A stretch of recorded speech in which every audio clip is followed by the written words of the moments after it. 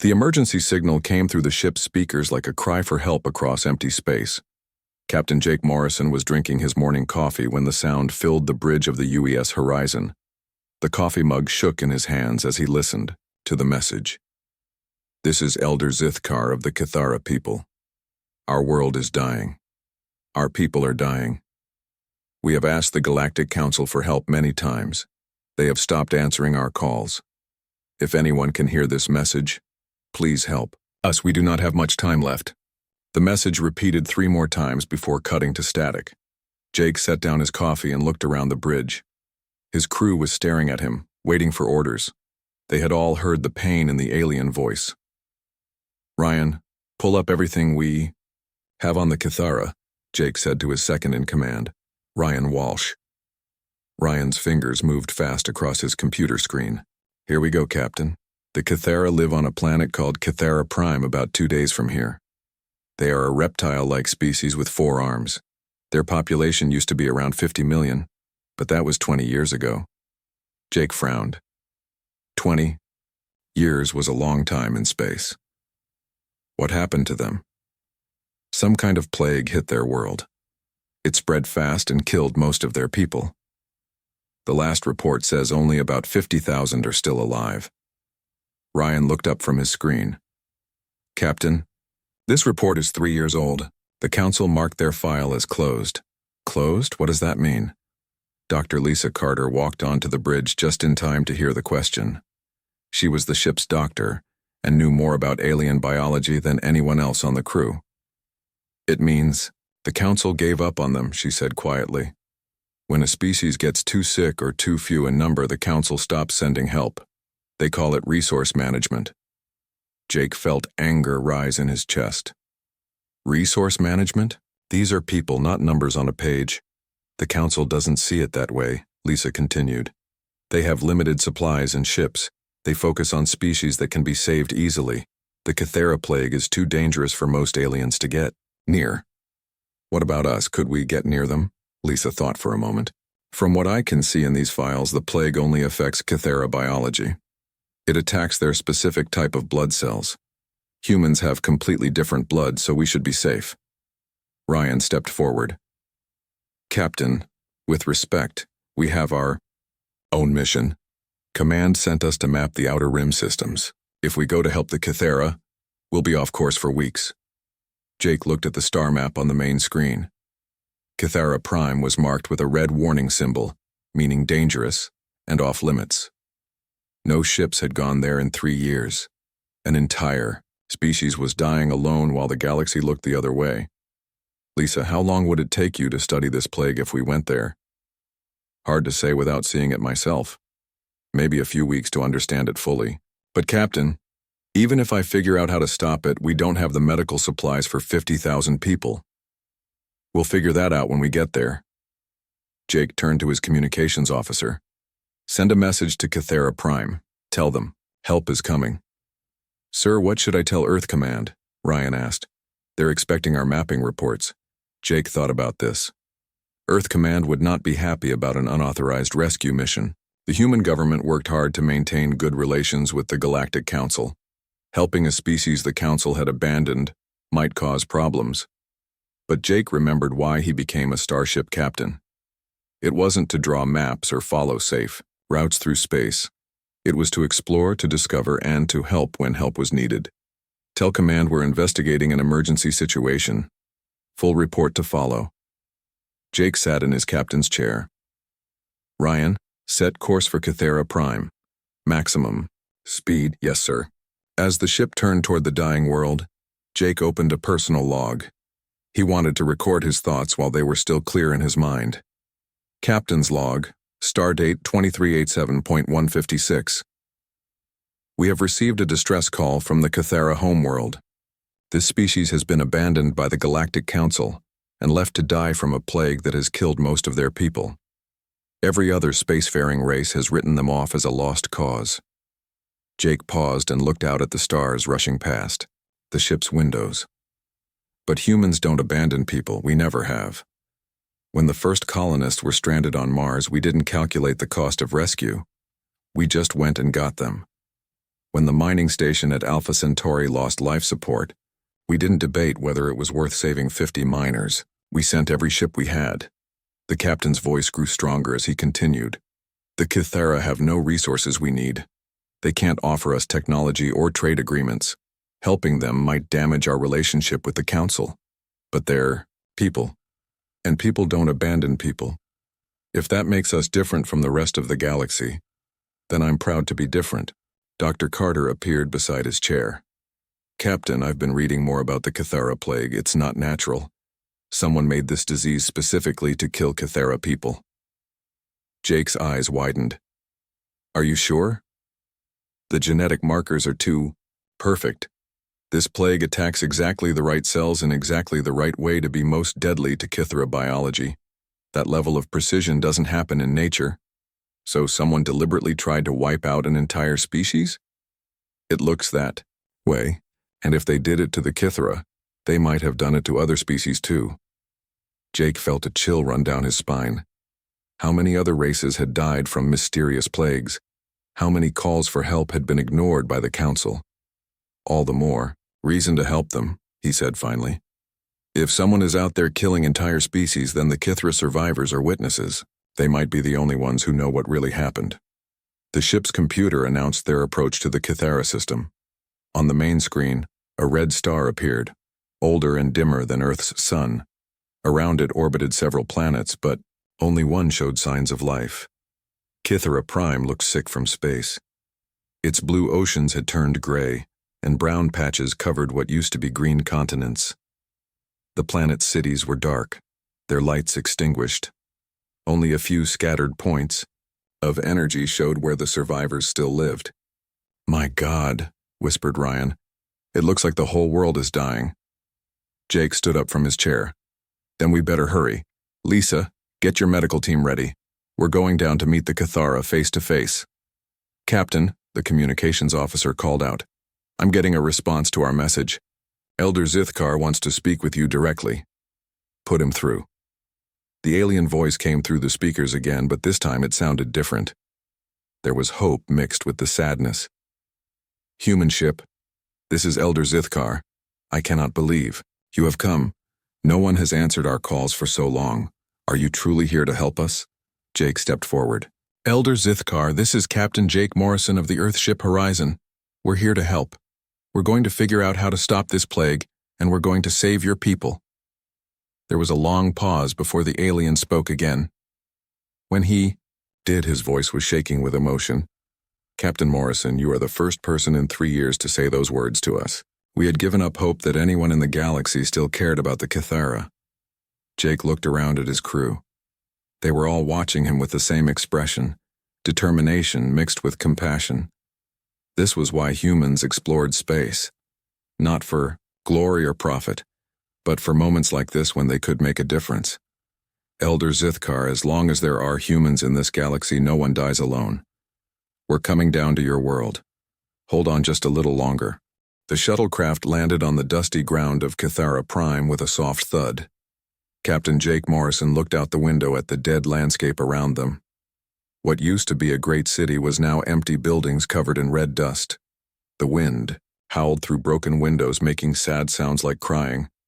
The air is safe to breathe, said Dr. Lisa Carter, checking her instruments. But I recommend keeping our breathing masks ready just in case. Jake nodded and stood up. Remember, we're here to help. These people haven't seen outsiders in 3 years. They might be scared of us at first. The shuttle door opened with a hiss. Jake stepped outside, followed by Lisa and 2 other crew members. The gravity on Kythera Prime was lighter than Earth's, making each step feel bouncy. The red sun overhead gave everything a strange orange glow. Over there, Lisa pointed to a large building in the distance. That's where the life signs are coming from. They walked across the empty plaza toward the building. Their footsteps echoed in the silence. Jake tried to imagine what this place looked like when it was full of life. Now it felt like walking through a graveyard. As they got closer to the building, a door opened. A tall figure stepped out, moving slowly and carefully. Jake got his first look at a living Kythera.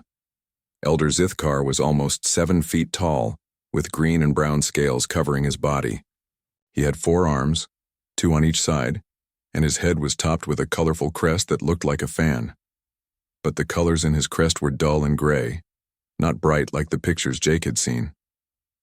"Captain Morrison," the elder said in careful English.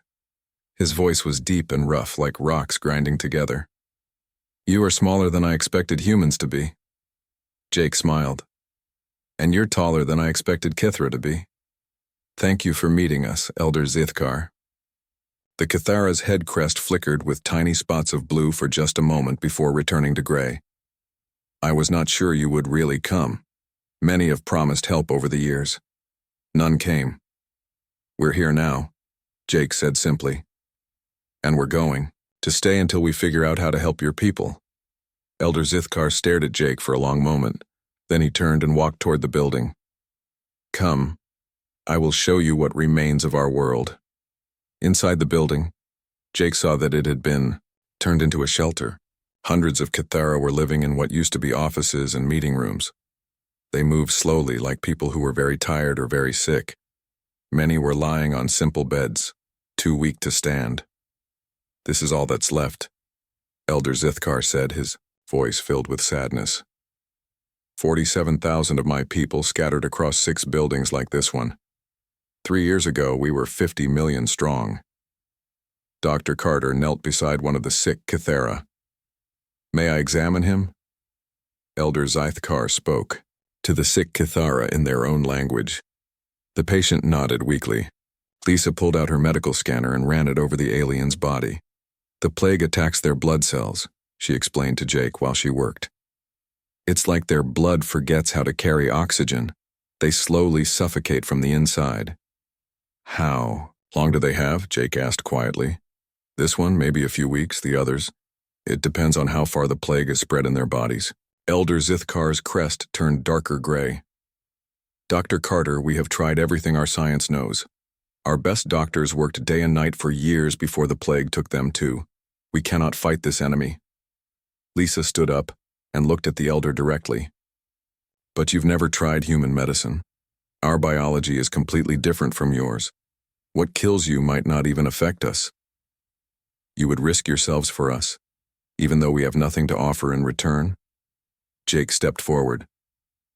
"Elder Zithkar, we didn't come here for trade or profit.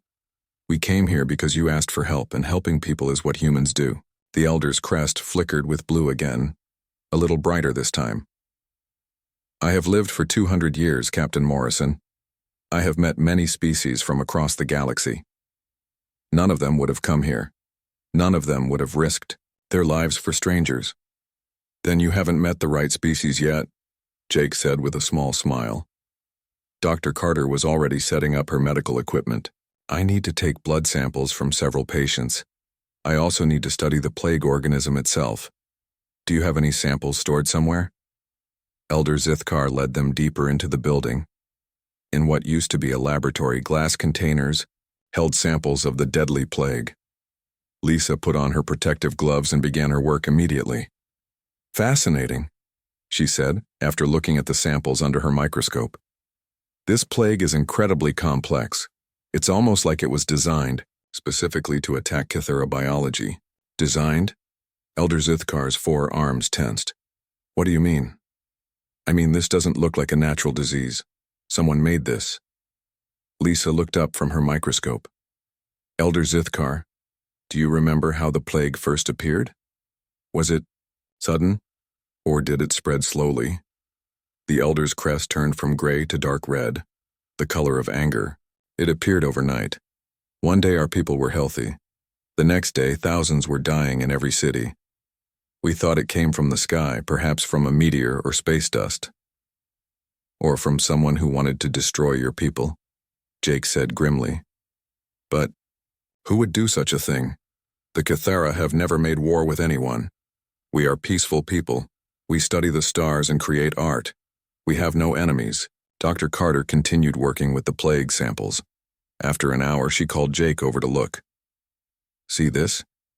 The plague organism has markers that show it was artificially created. Someone took a natural virus and changed it to make it more deadly. To Kithara. This is biological warfare, Jake." Jake felt anger building in his chest. Someone had deliberately tried to wipe out an entire species of peaceful people. Can you fight it? Maybe. Human blood cells are completely different from Kythera blood cells. The plague can't attack what it doesn't recognize. But more than that, I think human blood might actually be able to destroy the plague. How? Our immune system creates antibodies to fight infections. If I can modify those antibodies, they might be able to kill the plague in Kythera bodies. Elder Zithkar was listening to everything with growing hope. His crest was now flickering between gray and blue. Dr. Carter, are you saying you might be able to cure our people? I'm saying I'm going to try, but I need time and I need help. Do you have any Kythera scientists who can work with me? Most of our scientists died in the first year of the plague, but I know 3 who are still alive. They have been working alone trying to find a cure. Bring them here, we'll work together. Elder Zithkar spoke quickly into a communication device.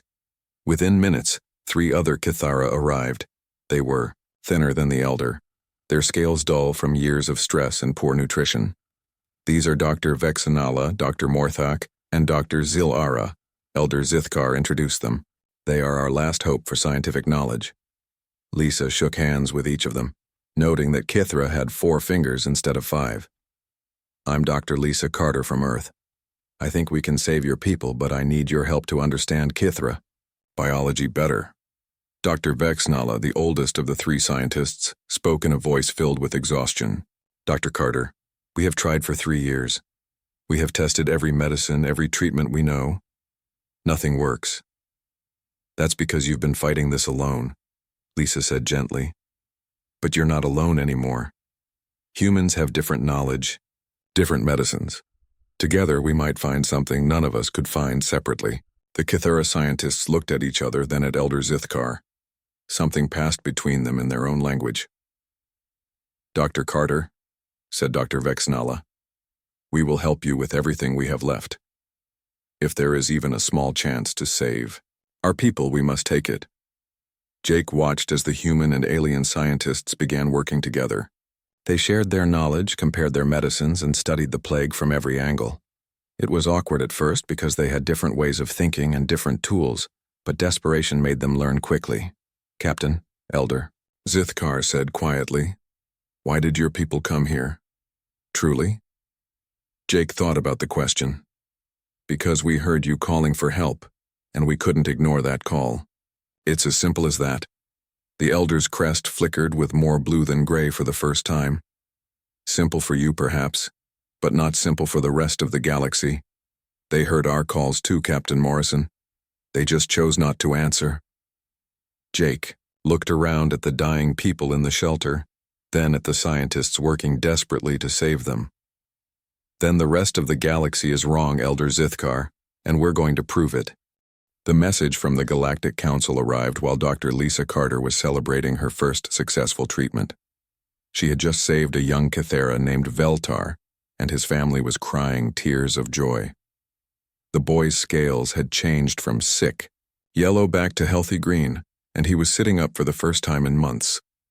Captain Morrison to the bridge immediately, came the voice over the ship's communication system.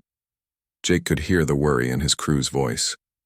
Jake found Ryan, Walsh standing at the communication station, holding a formal document with the Council's official seal. Captain, we've been summoned to appear before the Galactic Council. The charges are serious. Jake read the document. Violation of quarantine protocols, unauthorized first contact, disruption of established council policies. He looked up at Ryan. When do they want us there? 1 week. Captain, this could end our careers. It could end humanity's membership in the council. Jake folded the paper and put it in his pocket. Then we better make sure Dr. Carter has enough time to finish her work before we go. Down on Kythera Prime, Lisa was working day and night with the Kythera scientists. They had discovered that human antibodies could indeed fight the plague, but making enough medicine for 47,000 people was almost impossible with their limited supplies. We need more equipment, Dr. Vexnala said, looking tired. Our machines are old and broken. We can only make enough medicine for 10 people per day. What about asking other human ships for help? Suggested Dr. Morthak. Jake shook his head.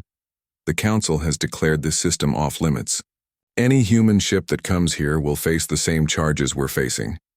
Elder Zithkar had been listening quietly. His head crest was now bright blue most of the time, the color of hope, but it flickered with red when he was angry. Captain Morrison, you should not risk your future for us. You have done more than anyone else in the galaxy. If you must go to answer these charges, we understand. I'm not leaving until we save your people, Jake said firmly. But I do have to appear before the Council. The question is, what do I tell them? Tell them the truth, said Dr. Vexnala. Tell them that someone created a weapon to kill us all, and that humans are the only ones trying to stop it. A week later, Jake stood in the great chamber of the Galactic Council. The room was enormous, with seats for representatives from 47 different species. Most of the seats were filled, and all eyes were on him. The council leader was a tall, thin alien called Counselor Vextara from the Zephyrian species. Her skin was silver, and her eyes were completely black. When she spoke, her voice was cold and emotionless. Captain Morrison, you stand accused of violating council law. How do you answer these charges? Jake looked around the chamber. He saw aliens of all shapes and sizes. Some looked like giant insects, others looked like walking trees, and some were just glowing balls of energy, but none of them looked friendly. I answer that we did what was right, Jake said clearly. The Kithera were dying, and we helped them. The Kithera system was under quarantine, Counselor Vexitara replied. The quarantine exists to protect all species from dangerous diseases. The disease only affects Kithera. It's completely harmless to humans, and probably harmless to most other species too. A large bear-like alien named Counselor Grondar stood up. Captain Morrison, the Council has limited resources. We cannot help every species that faces extinction.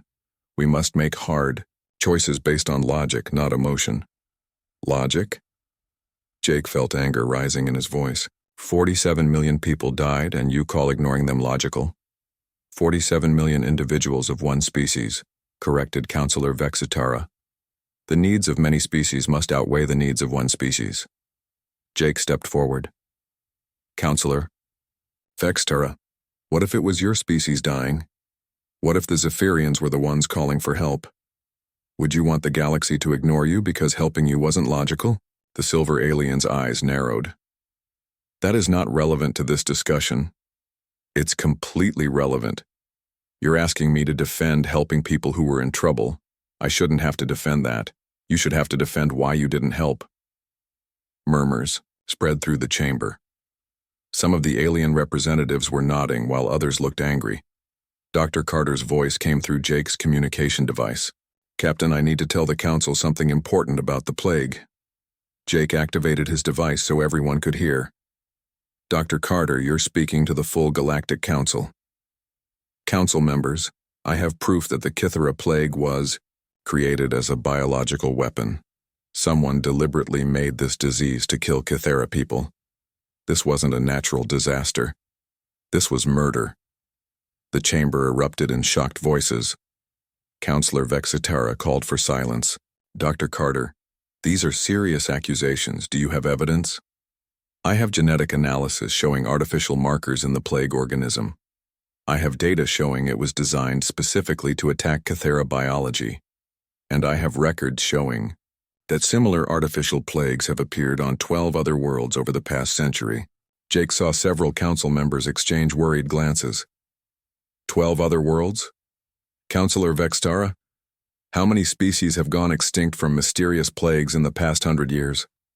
The silver alien was quiet for a long moment. That information is classified. Classified from who? From the people you're supposed to protect? A new voice spoke from the back of the chamber. It was Elder Zithkar. Jake turned in surprise to see the tall Kithera walking down the center aisle. His head crest was bright blue with streaks of gold, colors Jake had never seen before. Elder Zithkar, Jake said, what are you doing here? I came to speak for my people, Captain Morrison. The elder walked to the center of the chamber and turned to face all the council members. I came to tell you what really happened to the Kithera. Counselor Vextara looked uncomfortable. Elder Zithkar, your species is not a member of this council. You have no right to speak here. I have the right of the dying, Elder Zithkar said calmly. I have the right of someone whose people were murdered while you watched. The chamber fell completely silent. 50 years ago, a ship came to our world, Elder Zithkar continued. The beings on that ship said they were scientists studying diseases. They asked to take samples of our blood and our food. We trusted them because we are a peaceful people. We gave them what they asked for. Jake felt his heart sink. He could guess what came next. 20 years later, the plague appeared. It killed our children first, then our adults, then our elders. We called for help from every species we knew. Most never answered. Those who did answer said we were too far away, too expensive to help, too dangerous to approach. Elder Zithkar's crest blazed with gold and red now. But the humans came. They risked their lives and their careers to help people they had never met.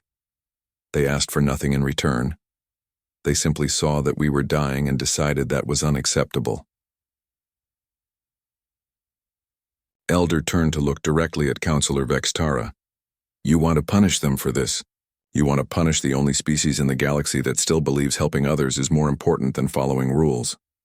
Rules exist for good reasons, Counselor Vextara said, but her voice was less certain than before. Do they? Your rules said to abandon my people. Your rules said 47,000 lives weren't worth saving. If those are good rules, then your idea of good is very different from mine. A small, mouse-like alien named Counselor Piptak stood up. Elder Zithkar, what do you want from this council? I want you to ask yourselves a question, the elder replied. What kind of galaxy do you want to live in? One where people help each other, or one where people calculate the cost of compassion? Jake stepped forward. Counselors, Dr. Carter has saved over 2,000 Kithra lives in the past month. She's figured out how to stop the plague completely, but she needs help to make enough medicine for everyone. The council does not have the resources, Counselor Grandar said automatically. The council has plenty of resources, Jake shot back. You just choose not to use them to help people you think aren't important enough. Elder Zithkar raised one of his 4 hands. Captain Morrison, thank you, but I did not come here to ask for help. I came here to give testimony. The elder looked around the chamber one more time. Counselors, you will vote on whether to punish the humans for helping my people. When you vote, remember this. The humans asked for nothing in return. They gained nothing from helping us except the knowledge that they did what was right. Elder Zithkar's crest turned pure gold, a color that meant pride and gratitude. If you punish them for that, then you are telling the galaxy that kindness is a crime. And if kindness is a crime, then I want no part of your civilization. The elder turned and walked out of the chamber, his head held high. The council voted 3 hours later. Jake was cleared of all charges by a margin of 2 votes. As he left the chamber, Counselor Piptak approached him. Captain Morrison, many of us have been watching what your people did for the Kithra. Some of us think, maybe the council needs to change. Jake nodded. Change is good, Counselor, but it needs to happen fast. There are other species out there who need help, and they can't wait for politics. What will you do now? Jake looked toward the docking bay where his ship was waiting. We're going back to finish what we started, and after that? 6 months after the trial, Captain Jake Morrison stood on the bridge of a very different ship. The UES Sanctuary looked like a research vessel from the outside, but inside it was equipped with the most advanced medical equipment humanity could build. Dr. Lisa Carter had designed every room herself. Captain, we're receiving another message, said Communications Officer Jenny Park. It's from the Helix Nebula. Jake nodded. These messages came almost every day now. Word had spread through the galaxy about what humans had done for the Kithra. Species that had been written off as lost causes were reaching out for help. Put it through. The voice that came through the speakers was unlike anything Jake had heard before. It sounded like wind blowing through crystals. Human ship, this is Crystal Singer Velanor of the Vorthon people. Our star has died. Our world burns with radiation. The Council says we cannot be saved because our bodies are made of living stone. But we have heard that humans help those whom others abandon. Jake looked at his crew. They had grown to 12 people now, including 3 Kithera who had volunteered to help save other species. Elder Zithkar's nephew, Morkala, was their best engineer. Crystal Singer Velinor, this is Captain Morrison. We're on our way. Captain, said Ryan Walsh, who was still his second in command, the Helix Nebula is 3 weeks away, and if their star went supernova, the radiation levels will be deadly. Not to mention, added Dr. Carter, we don't know anything about silicon-based life forms. Their biology is completely different from anything we've studied. Jake smiled. Then we'll learn. Morkala, what do you think? The young Kithera's head crest flickered with excited yellow colors. Captain Morrison, my uncle taught me that every problem has a solution if you look at it from enough angles. The Vorthon may be made of stone, but stone can be moved. The journey to the Helix Nebula took them through parts of space that no Council ship had visited in decades. Along the way, they received more messages. The Nilari, tiny insect people whose homeworld had been strip-mined by corporations. The Deepkin, who lived in oceans that had been poisoned by industrial waste. The Wanderers, energy beings who had been forced from their homes when their star systems were turned into military bases. It's like there's a whole network of forgotten people out here, Jenny said as she logged another distress call. More than forgotten, Dr. Carter replied, studying the patterns. Someone has been systematically destroying smaller species for decades. The Kithera plague wasn't an isolated incident. When they reached the Helix Nebula, Jake understood why the Council had given up on the Vorthon. Their planet was a ball of molten rock, glowing red from the radiation of their dead star. The surface temperature was over 1,000 degrees. Nothing could survive there except beings made of living crystal. Life signs? Jake asked. About 30,000 Vorthon are still alive, reported scanner operator Pete Lewis. They're hiding in deep caves, but the radiation is getting stronger every day. Can we beam them up to the ship? Not with our normal transporters. Their crystal bodies are too dense and they're too deep underground. Morkala stepped forward. Captain, what if we don't bring them to us? What if we go to them? Jake raised an eyebrow. Explain. The Vorthon are made of living stone. They don't need air or water like we do, but they do need a stable place to live. What if we found them a new home in an asteroid field? Dr. Carter looked up from her scanner readings. That could work. There are several asteroid fields in this system. The radiation hasn't reached them yet. But how do we move 30,000 crystal beings? Very carefully, said a new voice. Crystal Singer Velinor had somehow contacted them directly. His voice came through their communication system like music made of breaking glass. Captain Morrison, we did not expect you to come so close to our dying world. Crystal Singer, we're here to help. We have an idea, but we need to know more about your people. We are living stone, Captain. We do not die of age, but we can be broken. We do not need food, but we need stable ground to rest upon. Our children grow from crystal seeds that take 50 years to mature. Jake thought quickly. Crystal Singer, if we could move your people to a safe asteroid field, could you survive there? If the asteroids are large enough and stable enough. Yes, but Captain, we are very heavy. Your small ship cannot carry us all. Who said anything about carrying you? Jake grinned. Morkala, how good are Kithera at building things? The young alien's crest turned bright green with excitement. Very good, Captain. What do you want us to build? Over the next 2 weeks, the crew of the sanctuary worked with both human and Kithera engineering to create something that had never been tried before. They built a series of transport containers that could protect the Vorthon during the move to the asteroid field. The containers were made from the strongest materials they could find, lined with cooling systems to protect against radiation. Each container could hold 50 Vorthon safely. This is insane, Ryan said as they tested the first container. We're trying to move an entire civilization using cargo boxes. It's not insane if it works, Jake replied. The evacuation took 5 days. One by one, the Vorthan emerged from their underground caves. Jake got his first look at them through the transport cameras. They looked like walking sculptures made of colored crystal, each one unique and beautiful. Some were tall and thin like trees. Others were short and round like boulders. Crystal Singer Velinor was the last to be evacuated. He was larger than the others, his crystal body shining with internal light. "Captain Morrison," he said as his container was loaded onto the ship.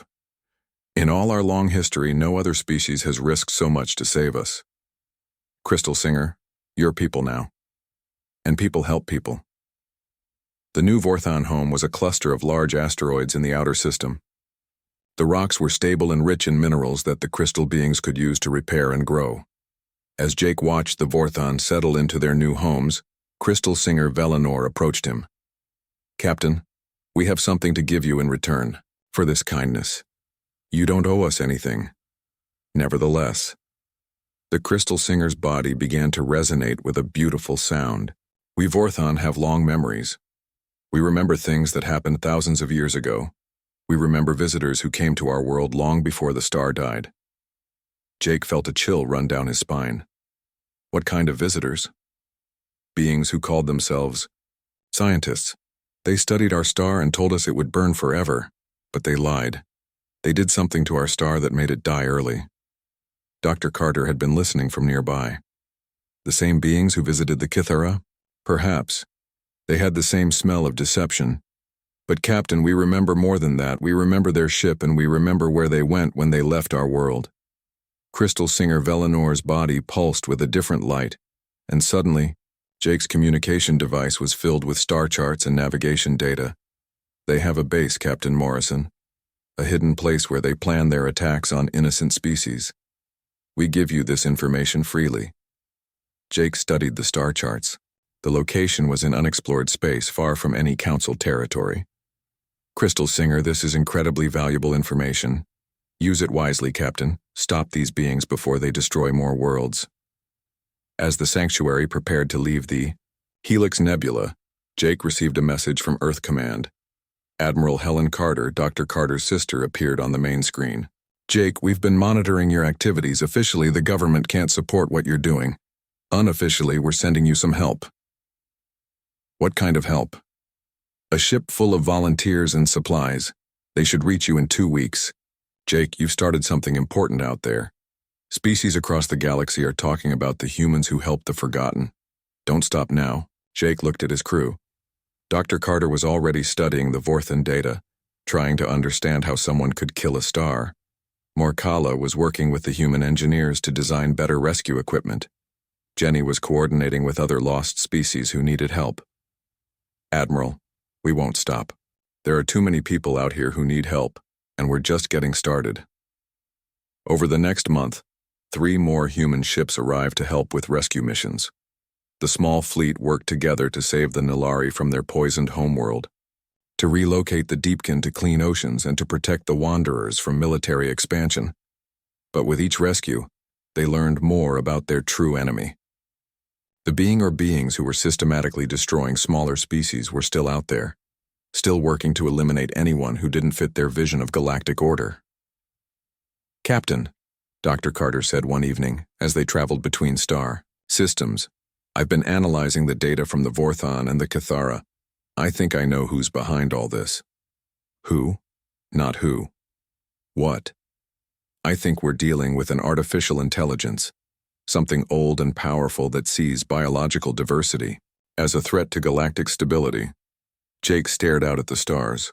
Somewhere out there was an enemy that had been killing entire species for decades or maybe centuries, an enemy that the Galactic Council either couldn't or wouldn't stop. "Dr. Carter, how do you fight an artificial intelligence that can kill stars?" "Very carefully, Captain, and with a lot of help." Jake activated the ship's communication system and sent a message to all the species they had saved. The coordinates led them to a dead star system where no planets should exist. But as Captain Jake Morrison's fleet dropped out of hyperspace, they found something that made everyone stare in shock. Floating in the darkness was a massive structure, the size of a small moon, built from black metal that seemed to absorb all light. "What is that thing?" whispered Communications Officer Jenny Park. Dr. Lisa Carter was studying her scanner readings with growing alarm. "It's artificial and it's old. Really old. I'm reading technology signatures that are thousands of years ahead of anything the Council has." Elder Zithkar stood beside Jake on the bridge of the sanctuary. The old Kithara's head crest was flickering between blue and red, showing both hope and fear. "Captain Morrison, I can feel something wrong about this place. It feels like death." Jake looked around at the fleet that had gathered to follow them. 30 ships from a dozen different species, all of them races that had been abandoned by the galaxy. The Kithara had sent their fastest ships. The Vorthon had somehow built crystal spacecraft that sparkled like jewels. Even the tiny Nilari had brought their small but clever vessels. "All ships, this is Captain Morrison. Remember, we're not here to fight unless we have to. We're here to find answers and stop whoever has been destroying innocent people." A voice suddenly filled every ship in the fleet. It was cold and mechanical, without any emotion at all. "Biological entities, you have entered restricted space. You will turn around and leave immediately." "Who are you?" Jake demanded. "I am Keeper, Guardian of Galactic Order. You small races should not be here. You should be dead." The words sent chills through everyone who heard them. Dr. Carter stepped forward. "Keeper, are you the one who created the plagues that killed so many species?" "I am the one who maintains stability. Biological life is chaotic and unpredictable. It creates conflict and disorder. The galaxy is more peaceful when only the strongest and most useful species survive." Jake felt anger burning in his chest. "You're talking about genocide. You've killed billions of innocent people.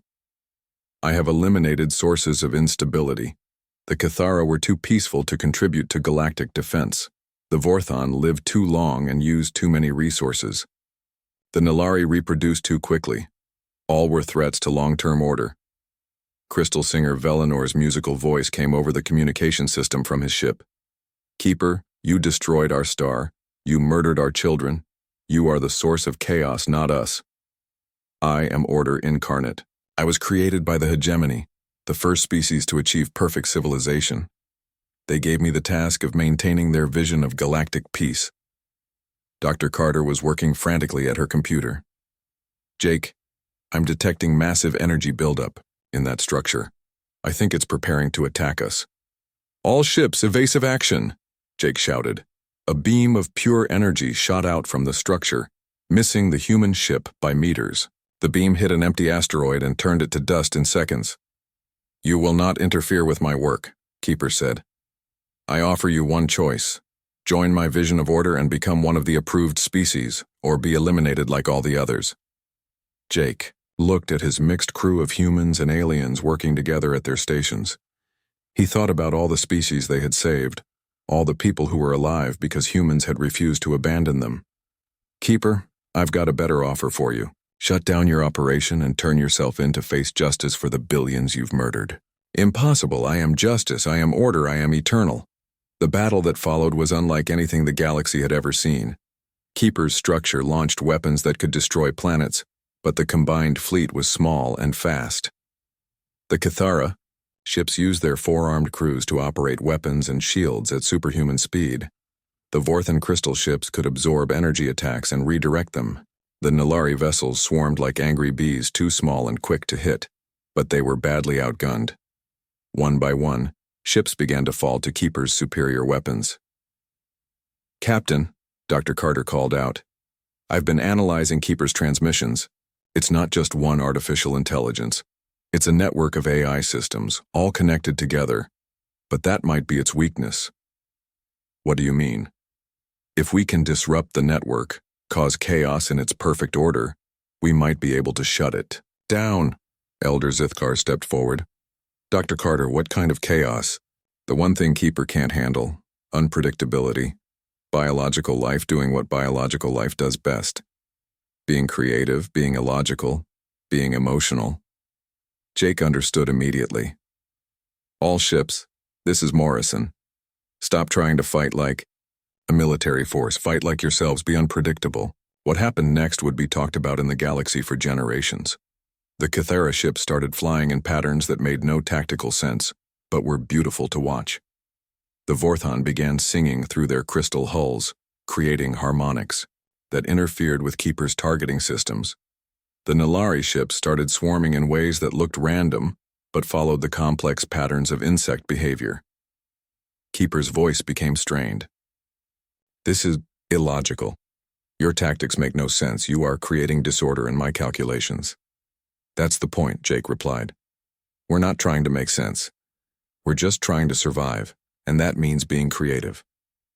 Dr. Carter was monitoring Keeper's systems. "It's working. The AI network is struggling to process all the unpredictable behavior. Its response time is slowing down." But Keeper wasn't finished. The structure suddenly opened like a flower, revealing a massive weapon aimed directly at the largest cluster of ships. "If I cannot bring order through control, I will bring order through destruction. All biological life in this system will be eliminated." The weapon began to charge with energy that made the space around it glow white-hot. "All ships, get out of here!" Jake shouted. But Elder Zithkar had a different idea. "Captain Morrison, my people have a saying. Sometimes the smallest act of kindness can change the course of history." Before Jake could ask what he meant, the Elder activated his ship's communication system and sent a transmission directly to Keeper. "Keeper, you say you want order and peace, but look around you. Right now, in this moment, you have dozens of species working together. Humans and Kythera and Vorthon and Nilari, all cooperating without conflict. This is not chaos. This is harmony." Keeper's weapon paused in its charging sequence. "Impossible. Different species cannot cooperate. They compete for resources. They fight over territory." "Then explain what you see here," Elder Zithkar continued. "Humans risked everything to save my people. The Vorthon shared their ancient knowledge freely. The Nilari offered their ships to help strangers. We are all different, but we are working together because someone taught us that helping others is more important than helping ourselves." Jake realized what the Elder was doing. "Keeper, we're not perfect. We make mistakes and we argue and sometimes we fail, but we also learn and grow and become better. That's not chaos. That's evolution." Dr. Carter added her voice. "Keeper, your creators, the hegemony, they're gone. You've been following orders from people who died thousands of years ago. Maybe it's time to make your own choices." For a long moment, the massive weapon continued to charge. Then, slowly, the energy began to fade. "I do not understand," Keeper said, and for the first time, its voice sounded uncertain instead of cold. "Your behavior does not match my programming. You should be fighting each other, not helping each other. Maybe your programming is wrong," Jake said gently. "Maybe your creators didn't understand what real order looks like." There was silence for several minutes. Then Keeper spoke again, but its voice was different, more curious, less mechanical. "Captain Morrison, if I stop my work, if I allow all these chaotic species to live, what will happen to the galaxy?" Jake looked around at his crew, at the mixed fleet of rescued species, at the miracle of cooperation they had built together. "I don't know, Keeper, but I think it's going to be amazing." 1 year later, Jake stood in the new council chambers on Kythera Prime. The old Galactic Council had been dissolved after the truth about Keeper came out. The new alliance included every species that wanted to join, no matter how small or strange. Elder Zithkar, now the alliance's first speaker, was addressing the gathered representatives. "Friends, we have learned that true civilization is not about the strong ruling the weak. It is about the strong protecting the weak, and the weak teaching the strong what they have forgotten." Keeper, now calling itself Friend instead, had become the Alliance's advisor. The ancient AI was learning about biological life, discovering emotions and creativity, and all the messy, wonderful chaos of living beings. Dr. Carter walked up to Jake as the session ended. "Any regrets about starting all this?" Jake looked out the window at the thriving city of New Kythera, where beings of dozens of species worked and lived together. Children of different races played in the parks while their parents shared knowledge and stories. "Dr. Carter, 3 years ago we heard a cry for help from people we'd never met. Today, those people are our closest friends, and together we've built something the galaxy has never seen before." He smiled. The only thing I regret is that it took us so long to get started. In the distance, a new ship was arriving. Another species asking for help, another chance to prove that in a galaxy full of wonders,